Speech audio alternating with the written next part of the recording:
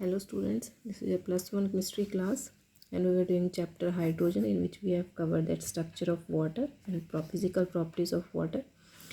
Now next are the chemical properties of water. In this first one is amphoteric nature. Amphoteric nature means which act as a or behave as a acid and basic properties also.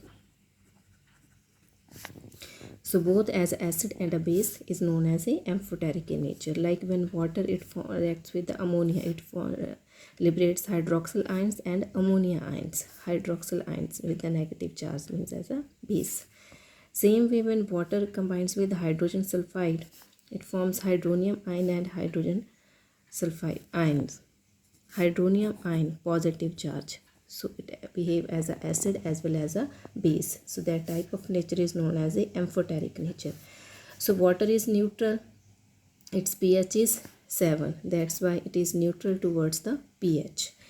Water acts as a oxidizing and reducing nature or oxidizing and reducing agent, means both. Water, when it combined with the sodium, it forms sodium hydroxide and hydrogen gas liquids. Sodium hydroxide, it's a base.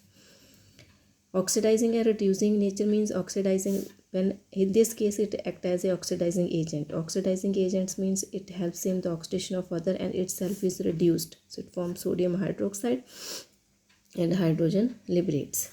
Next, in the second case, it acts as a reducing agent.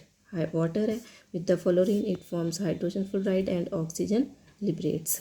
So in this case it acts as a reducing agent, means which helps in the reduction of others and itself is oxidized. And next property is hydrolysis. Hydrolysis means water hydrolyzes the number of compounds like oxides, halides and carbides. Like sulfur dioxide, it with the water it forms sulfuric acid. This is sulfuric acid, H2SO3. Sulfuric acid forms. So water has a tendency to hydrolyze the number of compounds like oxides, halides and carbides. So these are the chemical properties of water. Next is the types of water. Types of water means mainly it's of two types, soft water and hard water. Soft water is that water which forms a lather with the soap, easily form a lather or form with the water. Soap forms the lather with the water. That water is known as a soft water. And hard water which not forms a lather with soap, that water is known as a hard water. And generally this hardness of water is due to the presence of calcium and magnesium ions. These calcium and magnesium ions may be bicarbonates of calcium and magnesium, may be chlorides and sulfides of calcium and magnesium. So mainly due to the presence of calcium and magnesium ions, that causes the hardness of water. It means that water which do not form lather with the soap. Now that again soft water, which is general, that rainwater, distilled water, that is soft water.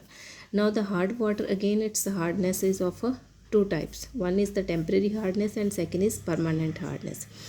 Temporary hardness, like I has already discussed, we calcium and due to hardness of water is due to the presence of calcium and magnesium ions. And those calcium and magnesium ions may be bicarbonates or may be chlorides and sulfates. When the bicarbonates of calcium and magnesium are present, that causes the temporary hardness of water.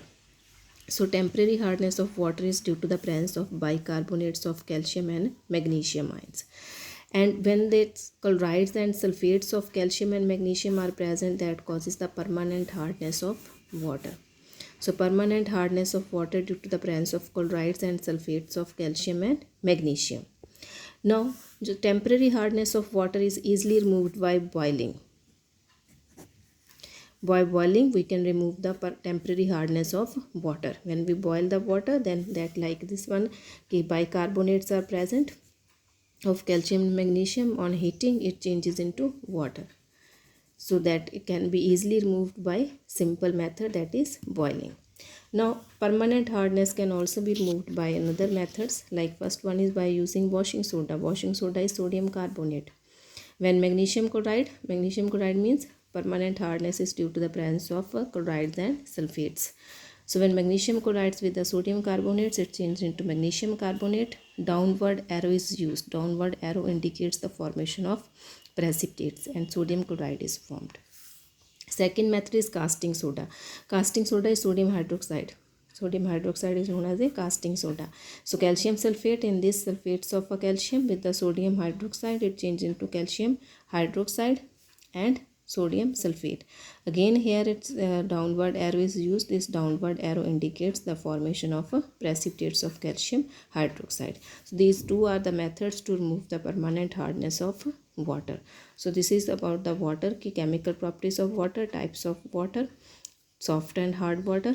Soft water, that is distilled water and rainwater. Hard water, due to the presence of calcium and magnesium ions, again of two types, temporary and permanent. Temporary hardness can be easily removed by boiling of water, and permanent hardness can be removed by using washing soda and casting soda. So this is all about this, and in the next video we will do about the heavy water. Thank you.